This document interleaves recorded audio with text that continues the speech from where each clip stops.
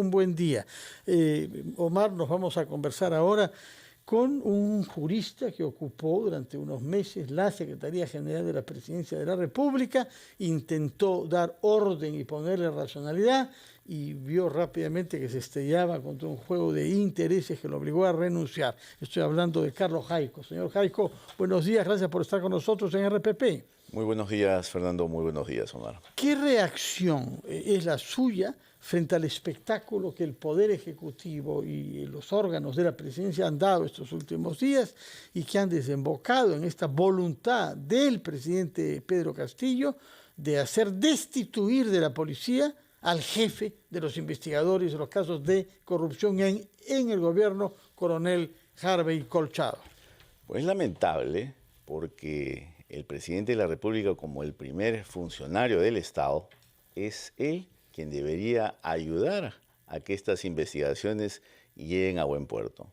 Pero lo que se ve desde el inicio es que hay un comportamiento destinado a obstaculizar la acción de la justicia, lo cual pues vemos con este pedido de destitución de Harvey Colchado ya nos lleva a un punto de pensar ¿qué pasa aquí? Eso ya no es una defensa, digamos, legal, es más una obstrucción a la justicia, diría yo. Entonces es lamentable porque cada vez vemos este tipo de actitudes, las cuales pues no llevan en nada a pensar que el gobierno se está manejando con términos de transparencia. ¿Y qué escenarios ve posible para el día de hoy en la tarde? El juez Johnny Gómez Balboa va a tener que decidir si envía o no, no sé si 36 meses, pero a una prisión preventiva, nada menos que la cuñada, hija de cariño del presidente, y también al alcalde de Anguía, José Nenil Medina. ¿Cree que el escenario posible es que termine siendo encarcelada? Bueno, los indicios van en esa dirección, los indicios apuntan en esa dirección, que hay un poco, se han festinado los términos, digamos, de referencia para la adjudicación de estas obras, en las cuales ellos han intervenido. Ahora, habría que probar pues lo contrario, pero los indicios están ahí de que hay un poco una cierta confabulación entre distintos personajes llevados a que al final obtengan estas obras. Bueno, el colaborador eficaz que se tiene ya, Hugo Espino, ha dado amplia información al respecto. El documento está publicado en Hildebrand de hoy. Son varias páginas bastante contundentes con datos sumamente precisos. Exactamente. Permítanos ir a una pausa, después de la cual yo quisiera que, utilizando su experiencia de abogado, pero también la de haber estado en el centro mismo del poder, puesto que ha sido secretario general de la presidencia, nos explique qué ha podido pasar ese 9 de agosto con las cámaras, con el ingreso de los fiscales retrasados y con la extraña desaparición de Jennifer Paredes. Nos lo contestará, por favor, después de la pausa.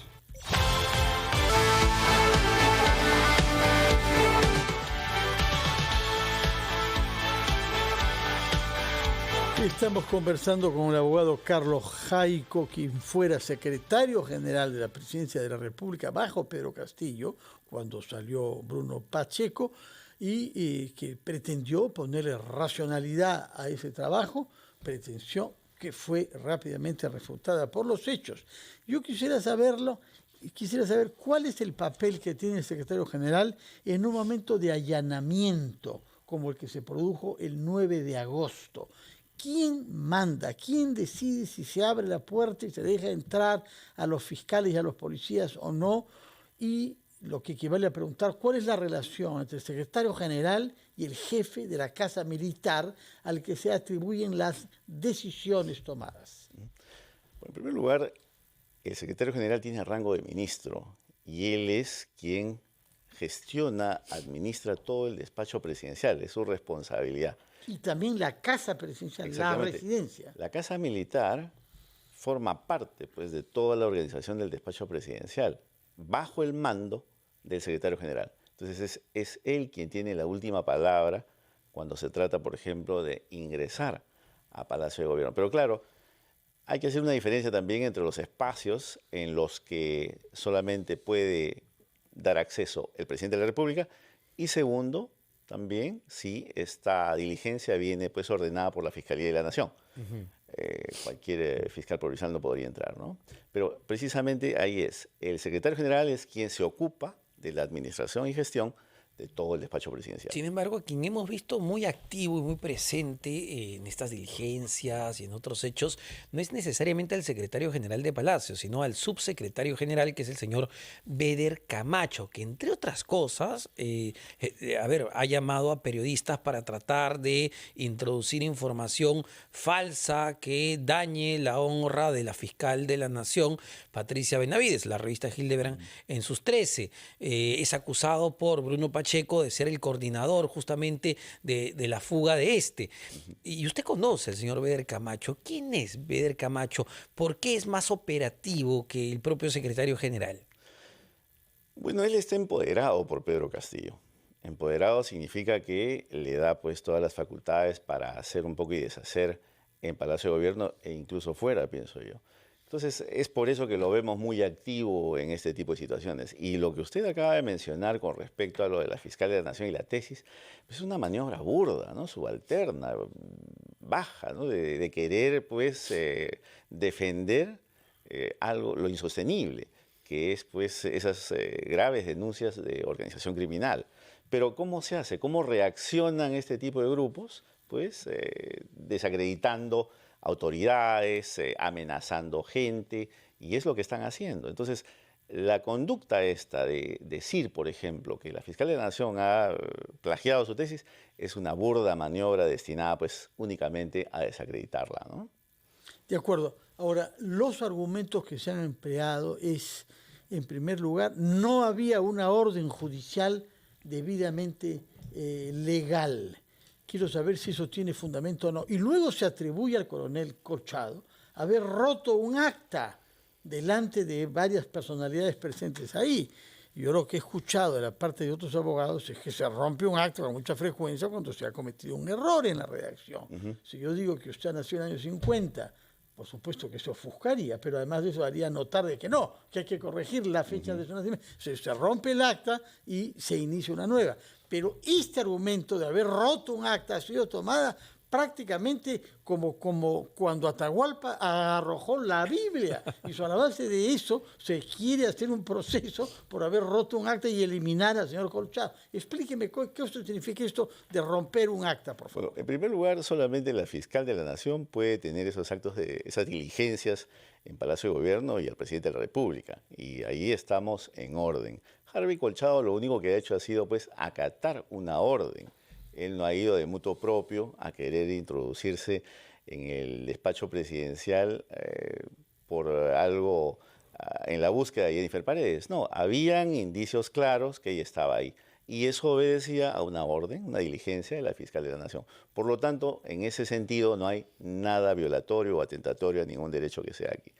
Y en segundo lugar, pues, mire, las actitudes que vemos, ¿no? Esas actitudes de querer bloquear, de querer, dentro ya de la diligencia, frustrar la acción de los fiscales y la policía, me parece que no es dable, ¿no? Eso demuestra cierto nerviosismo, demuestra que al fin y al cabo no se quiere jugar con las reglas que existen, las reglas legales. Por el contrario, se está haciendo todo para obstaculizar la acción de la justicia.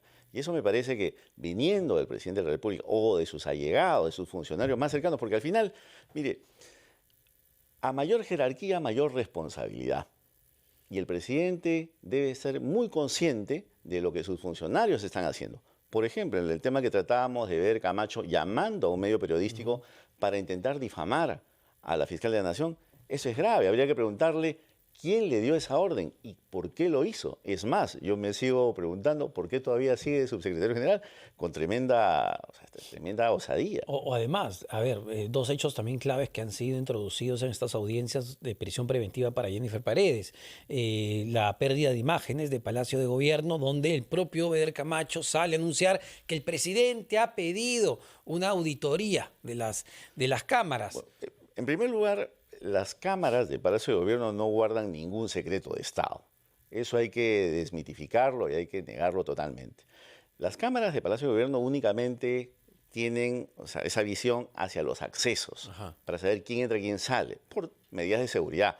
Pero en ningún momento hay temas de seguridad. Dicho sea de paso, cuando vino Fernando del Rincón, no sé del equipo de la Dirección de Comunicaciones sacaron las imágenes del Salón Dorado y fácilmente, o sea, no hay ningún problema porque no hay secretos de Estado. Los secretos de Estado no se pasean pues por Palacio de Gobierno. Exactamente, además para ser secretos de Estado tienen que ser pues rubricados como documento, ¿no? Exactamente. Entonces es falsa esa teoría de decir que hay secretos de Estado, no los hay y las cámaras solamente sirven para medidas de seguridad, para saber quién entra, quién sale y en caso de que cometan delitos, como habría sido el caso en este Ahora, caso. sigue sosteniendo que hay un gabinete en la sombra. Bruno Pacheco justamente en sus colaboraciones ha reiterado esto, pero se refiere a un buró político clave donde está incluido el alcalde de Anguía, que hoy también tiene su audiencia, Abel Cabrera, empresario, Alejandro Sánchez Sánchez, empresario también.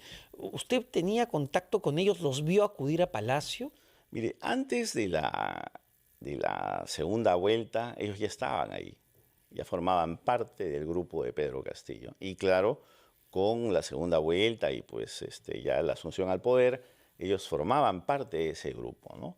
Pero yo pienso que podemos tratarlo en temas penales ahí como los actos preparatorios a lo mejor, ¿no? En los cuales ya ellos estaban viendo, por ejemplo, a qué ministerios ir, las transferencias de gestión y ese tipo de temas en los cuales verían pues algo más útil de hacer. Dicho sea de paso, muchos están abocados a la transferencia de gestión. Las conversaciones, por ejemplo, de Bruno Pacheco con Samir Villaverde son bastante claras, ¿no? Es decir, tú vas a tal ministerio, yo voy a tal ministerio y ya se estaban un poquito arreglando. Pienso que de esa manera se han estado ya coordinando para llegar pues a los ministerios. Eso yo califico de actos preparatorios. A partir del 29 en adelante ya es la fase de ejecución. Y desde el 19 de noviembre en que digamos se encontraron esos $20.000 con Bruno Pacheco, pienso que a partir de ahí ya viene la fase de defensa en la cual pues todos ellos tratan de, en cierta manera, evitar la acción de la justicia, ¿no? Muchas gracias, Carlos Jaico. Recuerdo que usted ha sido secretario general de la Presidencia de la República después de Bruno Pacheco y que tuvo que salir de ahí cuando se dio cuenta que su concepción del Estado, la transparencia, la gestión pública, no primaban en el ejercicio de las funciones en Palacio de Gobierno. Muchas gracias por su presencia y por sus explicaciones. Que tenga buenos días. Vamos a una pausa. Omar. A las 8:59.